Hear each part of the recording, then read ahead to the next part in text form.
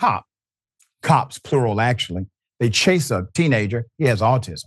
They tase him multiple times, he's 14. He's in his backyard. Here it is.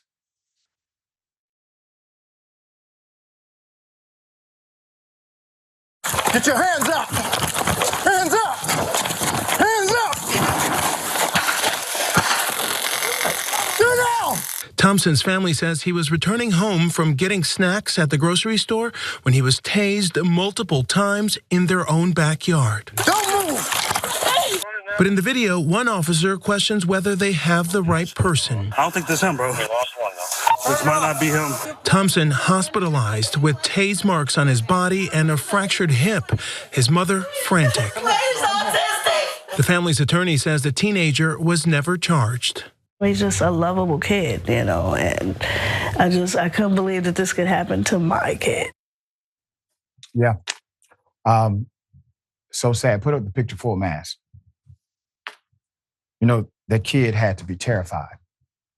You have men chasing you with guns. You're at home.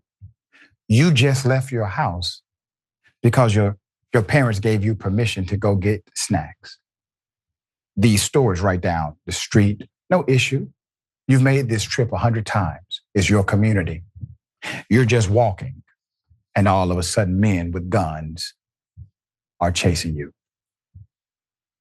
Body camera footage shows a Dolton, Illinois police officer using a stun gun on a 14-year-old child, Avarius Thompson. The young Mr. Thompson and his family told ABC Chicago station WLS that the teen suffered injuries, including, as you heard, a fractured hip. Do you know how painful a fractured hip is? A fractured hip in a 14-year-old body. This was the morning of November 20th, 2023. We're recently receiving the video footage. According to the Dolton Police Department's incident report, Dolton police were assisting police in the nearby village of Riverdale in the search for 4 black males who had fled from a crashed, stolen vehicle. 2 of whom were allegedly carrying rifles and a handgun.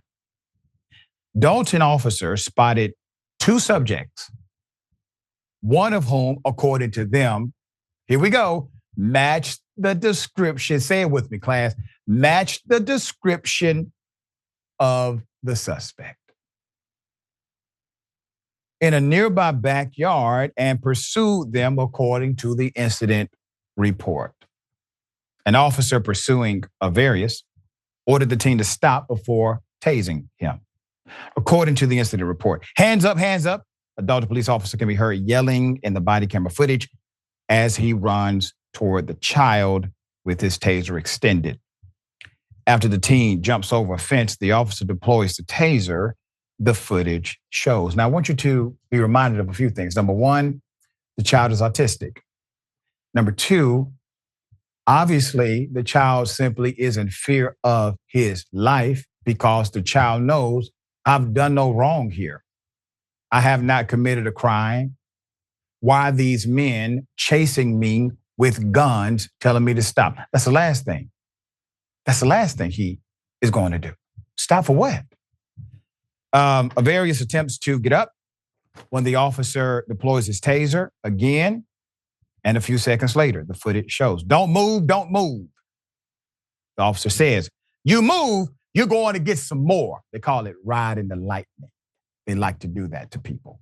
Avarius' father, Mr. Eric Thompson, told WLS News that the footage, when he saw it, was frightening to watch. I can't imagine. I could not imagine seeing my child go through something like that. And you are watching it. It's already happened, but you're powerless to do anything to change the reality of that moment. And all you can do is provide comfort and hopefully get some justice. Well, we want justice to be done. Answers are required. And right now, we don't have many of them. But tactics, training, compassion, decency, humanity, those things should be affixed to positions like that. How many times have we reported right here on Indisputable when literally the person is the criminal, they have the gun, and they happen to be of a different skin color? And you will hear a cop say, hey, don't worry, we got all day. Nobody's going to shoot you. And the person is there with the gun. We have a story we did where we reported on a woman goes into a hospital, shoots her husband, shoots the ceiling. Cops come in. Everybody is afraid in the hospital. They get the hell up out of there. All the employees leave. Cops come in. What's the first thing the cop says? Nobody's going to harm you. Just calm down. The woman's husband is dying in the room, but she happens to be white. She has already shot someone, and she gets every benefit of the doubt imaginable. This young man is walking from the store.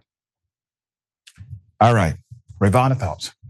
I mean, it's absolutely disturbing, the video. And I'll say that 50% of individuals who are murdered by police officers are disabled in some way. Particularly overrepresented are people who are neurodivergent, because they might not react as officers expect individuals to react when they are thrust into a situation where they can recognize that their life is on the line. And the expectations put on people interacting with police, the way that they behave, that is reinforced by every white racist on the internet coming after individuals who run from police or don't comply, attacking them for not behaving in a perfect manner when a gun is pointed at them.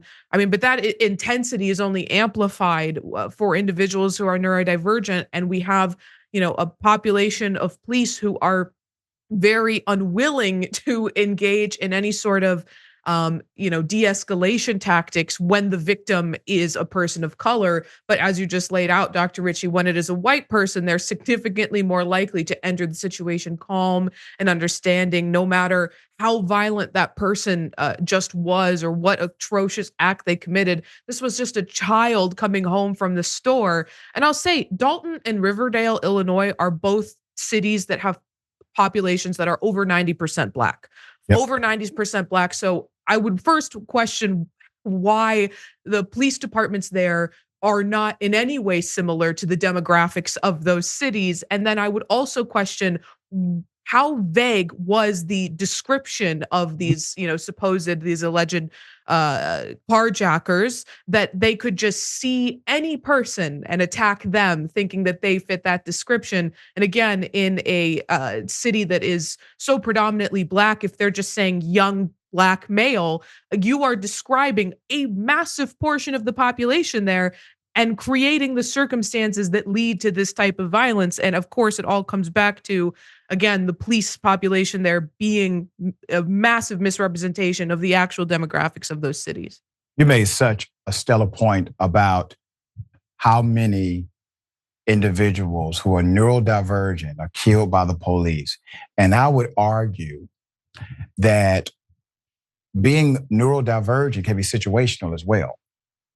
And you could take someone, hell, I would be like that. If somebody runs up to me with a gun out and screaming and yelling, my mind is not as coherent in that moment. It's a very sad thing. We're going to stay on top of this story. The parents obviously are seeking justice.